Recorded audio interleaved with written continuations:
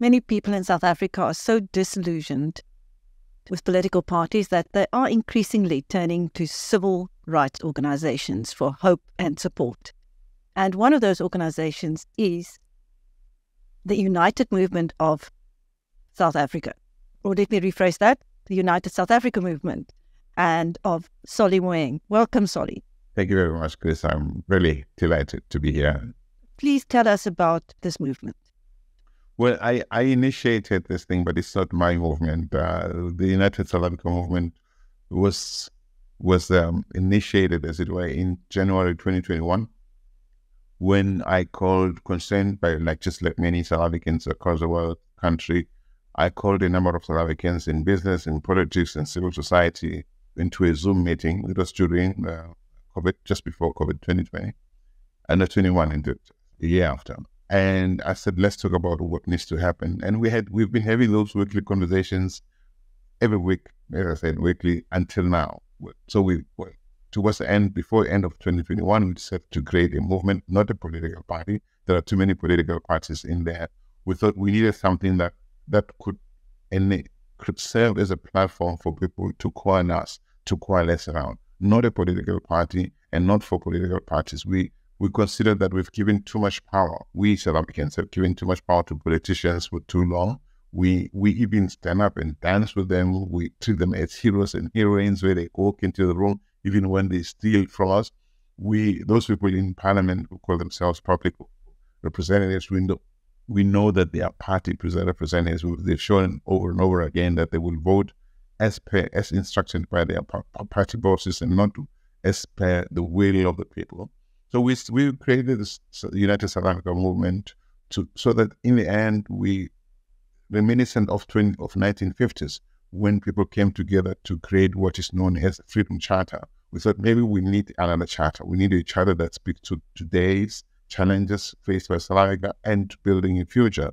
And the people have to be at the core of creating such a charter. What kind of country do we want? So that South Africans stop looking at their country as if it were a movie in which they have no power, they have no say, because we trust that the politicians will come with the answers. So we need to turn the whole thing around from one where politicians or political wannabes come in to say, vote for me, I'll do this for you, to one where we say, we will vote for you if you do these things for us. So you are planning a People's Summit? Correct. For when? And what do you hope will happen there? Well, we at the People's Summit, which is going to be held on the 17th and 18th of November, I have to say that because of resources and the struggle in raising the funds that we needed, we thought at first it would be a big summit at a big venue with lots of people attending. Now it's going to be a hybrid summit with live streaming from different parts of the country, and well, because there are also many South Africans in the diaspora who are part of this. And the aim of it is to look at South Africa in totality. We're not just looking at corruption. We're looking at basically all the pillars of. We're looking at the constitution. What are the constitutional changes that we need to happen? We're looking at the Chapter 9 institutions, SOEs. We're looking at the economic policies, both micro and macro policies. We're looking at foreign policy, everything. We're going to have experts from all the different fields coming in to say, this is what we have in South Africa. These are the weaknesses. These are the changes that we suggest must happen. And they come in to give, those people will give expert knowledge, from those different, on these different topics. And then we want to have civil society, or we will have civil society representatives there who will say, we don't want this anymore, want this. So there's got to be resolutions for every layer, every part of the program, if you want to.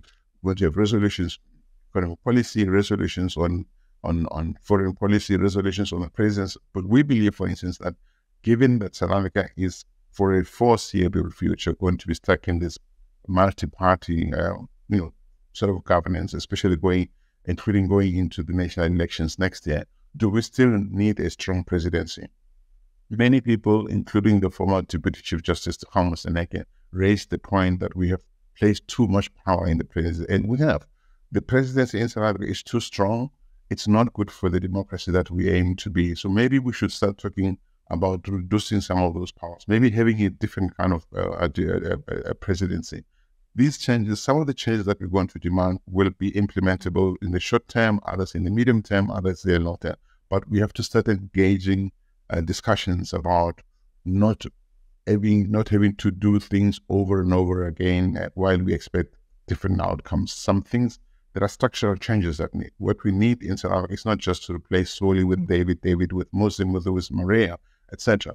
But we need to say, how do we make sure that when this particular person or this particular group of people go into the office, into elected office, once they go there, what happens if they go rogue on us? What kind of checks and balances do we need that we didn't have until now? Because we've trusted the great independent institutions, but we've seen what happens to institutions when you put the wrong people at the head. Look at the Public Protector's Office. Look at the Reserve Bank, which has been respected. Now it's defending the indefensible. Look at SARF. All these things are used.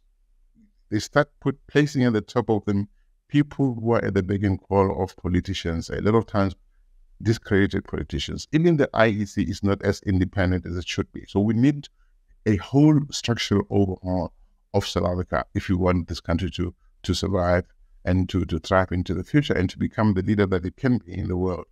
And I think that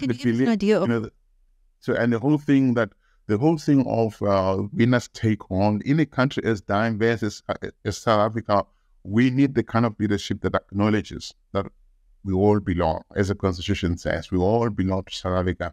Nobody must go there and campaign on the basis of one group being more important than the other. We need to do away with race-based policies. If you think about it, if we come up with policies that say, let's create a system that takes care of every South African child who has potential, who needs help, irrespective of their skin color, their racial makeup, or their religious background, or ethnic, etc., etc.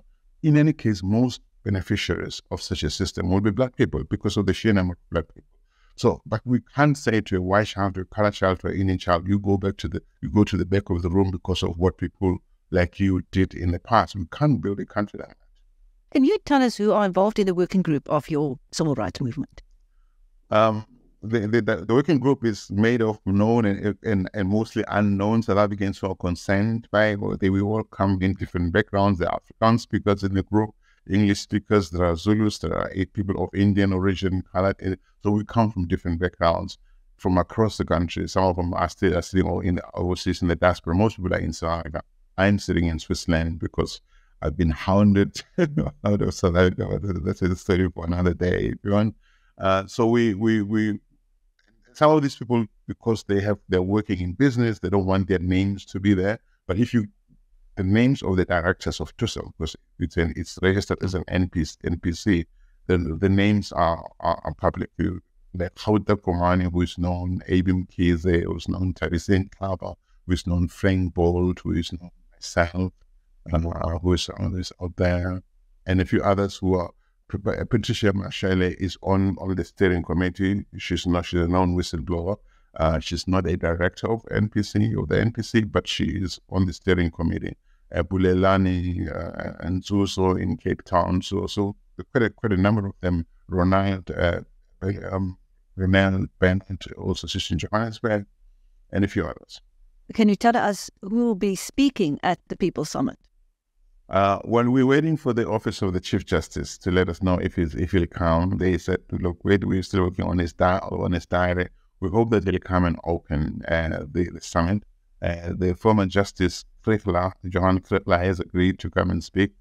Jonathan Johnson will come and speak. John Mattison, he's a journalist. He's also currently working on a number of alternative policies. He will speak. Ivan Chipkin will come and speak at the summit. Marjorie Jobson, she leads the Kulumani Foundation movement. She's also going to speak at the summit. Also have Docas.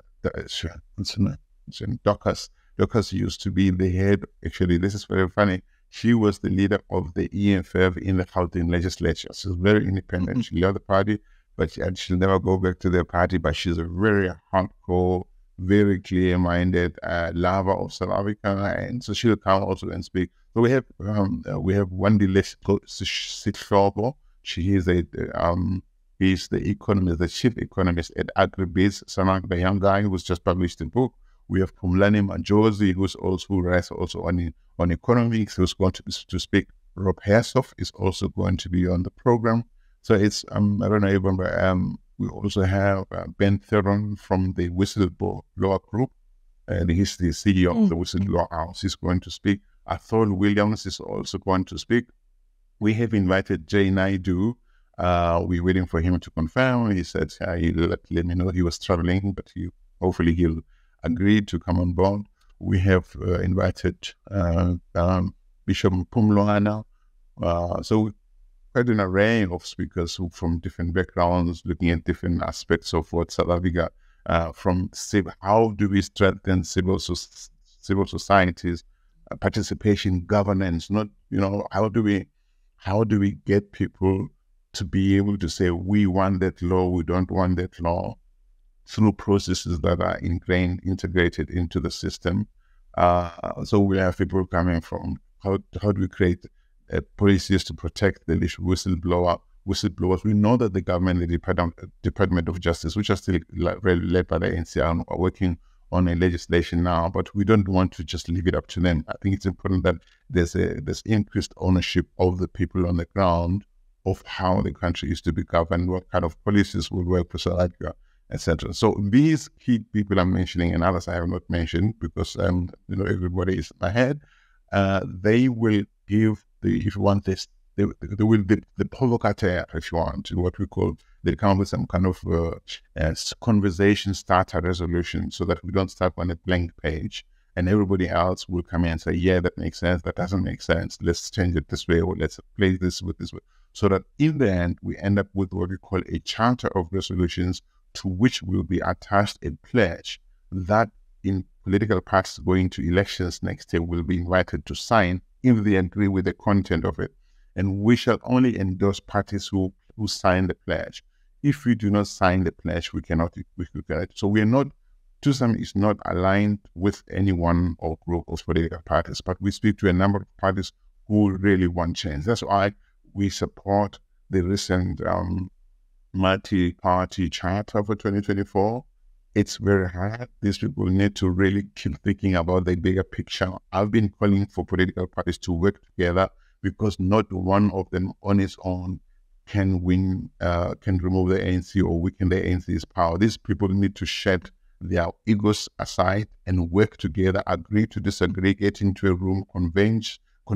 There will be convergences and divergences. So we support that. But that's the one side of the coin, which is the political party side. They need to organize themselves, but it doesn't mean that the other side, the civil society side, must not also organize itself to make sure that we're into next year all at more or less agreement to say, what kind of country do you want to see post the elections? We can't wait for the elections to happen again and then end up with this kind of situation that we have in Johannesburg and other metros where people start saying, how big is the cake? What do you get? What do you go? It's not about the political parties. It should be about the people.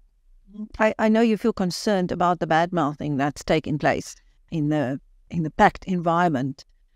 Yeah, I do. I think that the DA needs to take seriously these repeated accusations of it being arrogant, doing its own thing. I think it was a good thing that these people really got to make it agreed to sign the pledge not to work with the ANC. It doesn't make sense for anyone to say we want to go into the elections with the ANC. Of course, the elections remains a big party in South Africa. It will in some way remain in power, for it's in government, not necessarily in power. There'll be a representation of the ANC. What needs to happen is that the ANC must be weakened, if not removed entirely. It won't be removed entirely, but it must be weakened strongly so that we can start having realistic conversations about the kind of changes that need to happen. While the ANC controls all the levers of power, policy making, resources in South Africa, nothing will change. We're going to find ourselves having the same conversations next year.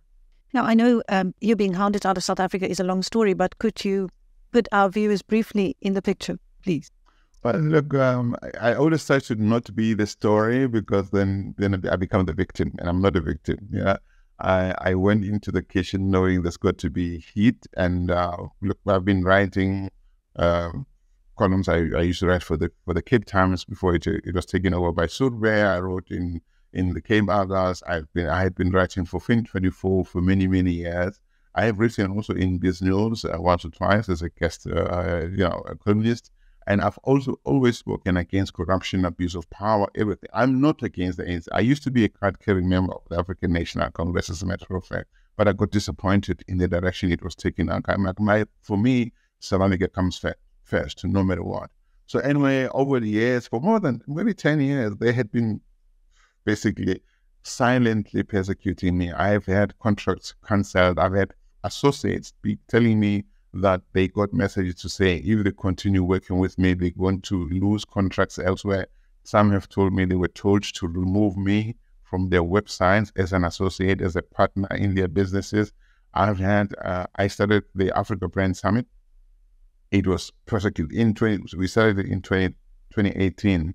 We had former Chief Justice Moeng. We had key leaders in business and politics and media. I mean, you name the name of former public protector Julius Malema was there, and many others in business, including the editors of Julius Max was there, Mundi Makaya was there, many people. It was really, really good, and it was all about what is happening to South Africa as a brand. How do we correct this? How do we bring its glory back? There was a call to bring this into Johannesburg. We took it to Johannesburg. And then I was told that people in Brand SA were told to make sure this thing doesn't happen. Apparently, there was a guerrilla campaign that was funded, authorized by the then Minister of Communications, to whom Brand SA reported. And there was suddenly people were being called. People on the surface. We have a website. People on my website were told, listen, if you work with this guy, we're not going to, even not just individuals, but organizations were called to say you can't work with this guy, otherwise we're not going to support you over there. You know, we went ahead with the summit in Johannesburg in 2019. It was very, very, very tough. Then we decided Johannesburg had bid to host it for 3 years, but under the political hostility, it was never going to work. We took it back to Cape Town in 2020. And the onslaught was still on. People were saying bad things. We can't work with this guy. I had in board meetings that I was described as a Zimbabwean. What am I doing in South Africa? Having these conversations. They should maybe get me to sign some kind of agreement with them and then hide a clause in there that would ensure that they take over this thing. They control the content of it. It was crazy. I mean, I was described the enemy of South Africa by civil servants, people employed to work for South Africa at the behest of politicians, described me as an enemy. So I lost a lot, not only on the Brand Summit side, but also in my own personal business. I was getting to a point where it wasn't working for me anymore. I needed to leave, to breathe, because I thought this thing is going to impact my health. Actually, it was beginning to impact my health because of all the stress levels. And a friend here said, hey, Sully, come to Switzerland, come and chill here. I'll give you a job and you can, I'll give you a contract, and you can then apply for residency and be able to do the things you do anyway online, which I have done. I've continued to write, being here. I've continued to engage with South Africa, being here. I'm not here forever. I would like to come back to South Africa, but I always say to my friends that coming back to South Africa right now is like returning to the house I shared with my abusive partner, because I miss the parties and the outings and the holidays. But, you never know when that big club is going into your face again. Because the abusive partner is still in the house, So it's very sad, because I lost my first job. I used to be marketing manager for South African tourism and kind of was country manager in the USA. I breathed promoting South Africa, and I used to boast that all these things, people used to say, oh yeah, you're just another African country. The same things that we see elsewhere going to happen. I said, never. They were going to happen in South Africa. We've got all these democratic institutions, we had Mandela, we had all that. Now, almost everything that I thought would never happen to South Africa has happened over the years. And now I'm walking around with my tail between my legs because we've become another African country. It's really sad. When we look at the kind of things, the infrastructure that we had, the train system. I live in a country where the train system is amazing. We had beautiful train systems, stations in South Africa. They're gone. All the infrastructure is being damaged in South Africa. The ports, the goods trains, and you name it. We know it. We don't need to go through it. So I'm saying, how can we turn this thing around? But it's no longer just politicians. Okay, we the people the way that people litter in the streets, the way we throw stuff, we don't take care of our own. We can't just blame politicians. Of course, they have a role to play, but we also have to take some responsibility. And I think that what we lack, because from my branding perspective, all brands have to be led by a credible leader who leads, who sets the tone from the front, who's ethical, who is balanced, who's mature, who has high levels of emotional intelligence. I think we had that kind of leader when Mandela was in power. We haven't had that leader in a long time. Somebody who's able to stand up on a moral high ground and say, stop it. And we know the current president is totally incapable. I mean, people, even in his own party, do things. He's had many opportunities to say, you can't do that, you can't do this, you can't. He stood in front of a TV, of TV cameras, next to the South African flag, wearing a suit, not as ANC president, but as South African president, and told the world that he would rather be seen as a weak president than one under whom the ANC was going to split. That was treasonous. This man had sworn to become the president and to protect the Constitution, which is what we know it to be. That regards all South Africans as people of South Africa. When he speaks as my people, our people, as black people only, he's acting against the Constitution. When he says, I'd rather be seen as a weak president than to see a political party weaken. So this everything that's wrong with our system. We don't have the leadership that we need to stand on a moral high ground. He can't. Pala ensures that he is not able to stand up on a moral high ground. The fact that the ANC did for him what they did for Zuma earlier, defended him in parliament, means that he owes them.